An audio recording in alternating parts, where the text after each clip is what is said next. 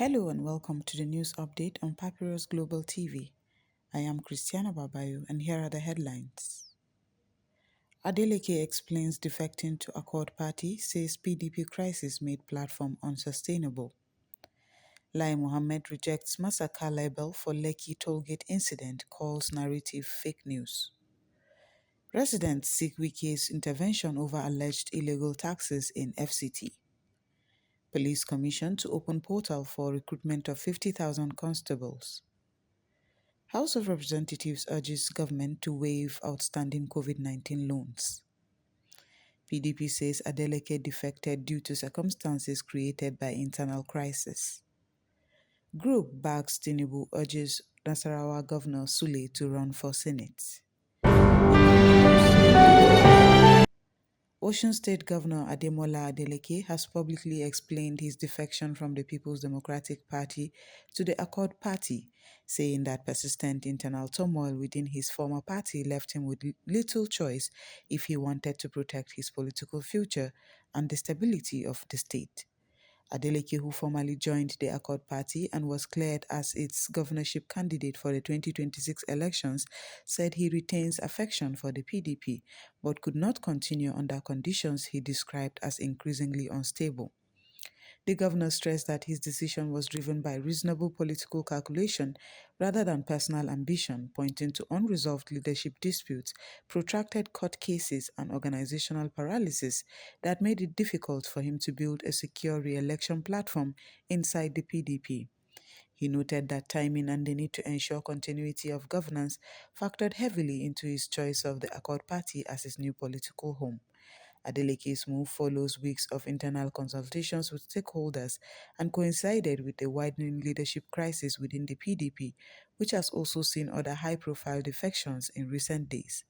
The Accord Party Screening Committee has cleared him as the sole aspirant for its governorship ticket, setting the stage for his campaign under the new platform. The defection has drawn mixed reactions from political analysts and party insiders, with some critics suggesting that the choice of a smaller party could complicate electoral prospects, while supporters argue it reflects political pragmatism amid mounting uncertainty within the PDP. Minister of Information and Culture Lai Mohammed has reiterated his stance that the widely reported Lekki tollgate massacre during the October 2020 EndSARS protest did not occur as portrayed in some national and international accounts, describing the massacre narrative as fake news. Mohammed made the assertion during a televised interview, asserting that while the protests were tragic and resulted in deaths in multiple Nigerian cities, no credible evidence has emerged to prove that a deliberate killing occurred at the Lekki tollgate itself.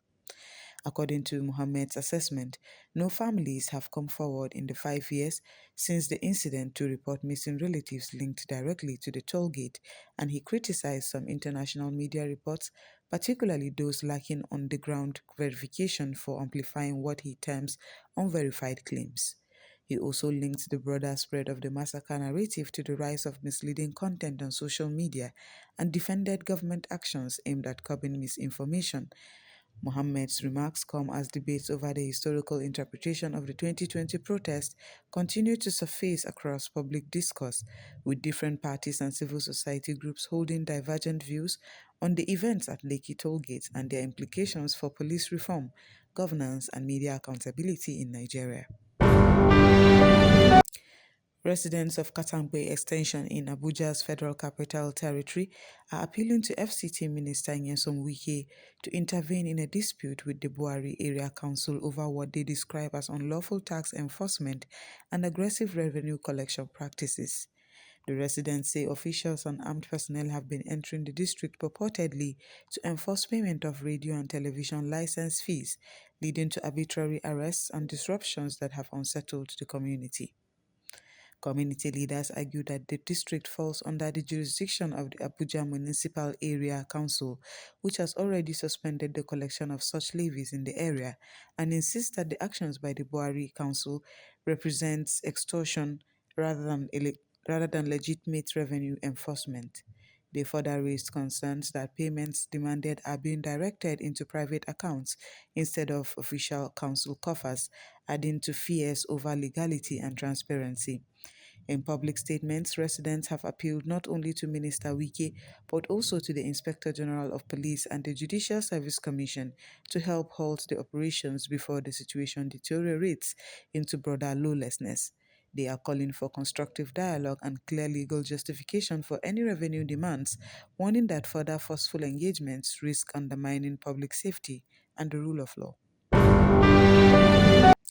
The Police Service Commission (PSC) has announced that its online recruitment portal for the enlistment of 50,000 police constables into the Nigeria Police Force will open on Monday, December 15, 2025 and close on Sunday, January 25, 2026. The exercise follows a directive from President Bola Ahmed Tinubu aimed at strengthening community policing, enhancing national security, and expanding the manpower of the police. A statement from the PSC outlined that the recruitment will be conducted in a transparent, merit-based, and credible manner, with no fees required at any stage of the process, and prospective applicants are urged to avoid fraudsters. The exercise covers both the general duty cadre, which requires at least 5 credits in relevant senior school exams, and the specialist cadre, where applicants must have a minimum of 4 credits plus 3 years of experience and trade test qualifications. Eligibility conditions include Nigerian citizenship by birth, age requirements of 18 to 25 years of general duty and 18 to 28 years for specialist, and satisfactory medical, physical and psychological fitness. Height criteria also apply to general duty candidates.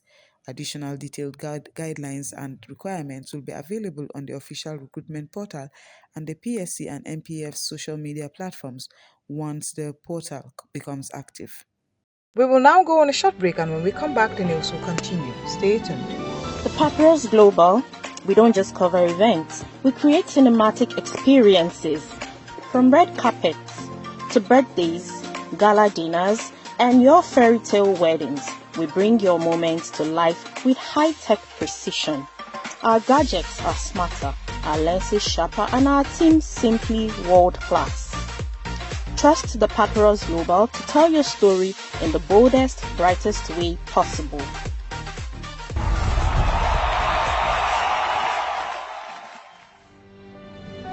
Welcome back, and now the news will continue.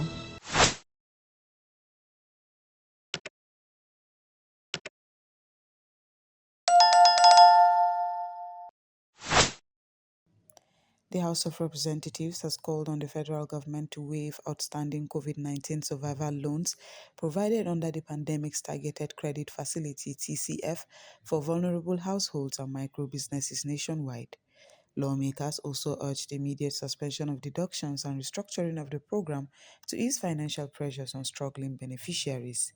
The resolution follows the adoption of a motion of urgent national importance moved by Honorable Saidu Musa Abdullahi, Deputy Chairman of the House Committee on Finance at a plenary session in Abuja.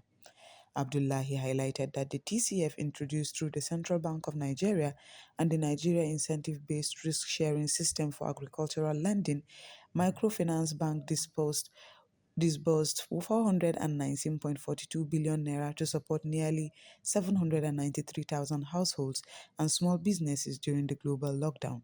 Representatives expressed concerns that a significant portion of the outstanding loans remain unpaid and the continued automatic deductions are worsening hardships on vulnerable Nigerians amid persistent inflation, unemployment, and business closures.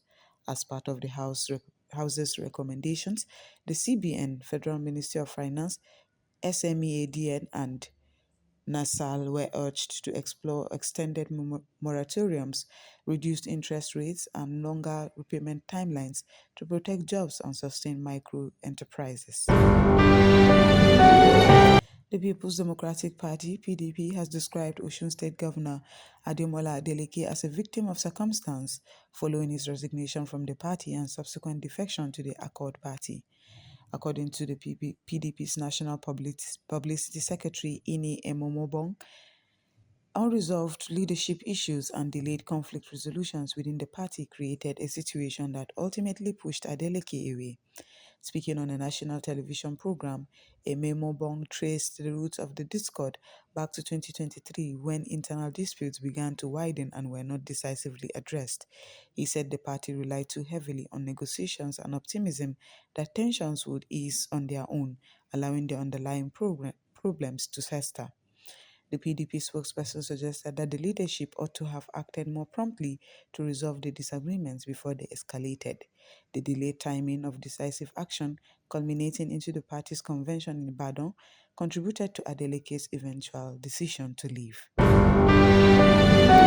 Political support group in Nasarawa State called Chief Executive Officer of the Community Initiative for Character Molding and Entrepreneurship Development has publicly thrown its weight behind President Bola Ahmed Tinubu and is now urging Governor Abdullahi Sule to seek a Senate seat ahead of the 2027 general elections, citing his performance and continued relevance in national politics. The appeal from the group at the close of the Future Planters Lead Africa Festival in Lafia highlights sustained constituent support for Sule as he approaches the end of his gubernatorial second term. Stakeholders from the Nasarawa North Senatorial District told reporters that constituents, including traditional leaders, community figures, youth and women groups, view Sule as a credible and experienced leader with the capacity to represent them effectively at the National Assembly. They framed the call for him to run for Senate as recognition of his advocacy for federal reforms and consistent alignment with broader national development goals championed by Tinubu's administration. Governor Sule, whose tenure has been marked by a strong partnership with the All Progressives Congress and steady backing of the president's economic and governance policies, has previously maintained that he would not pursue another elective office after his governorship. However, political analysts note that the continued pressure from supporters could make a Senate bid a strategic step for Sule's political career and strengthening APC's hold in north central Nigeria ahead of 2027. And that's all we have on the news update on Papyrus Global TV. I am Christiana Babayo. Thanks for joining us.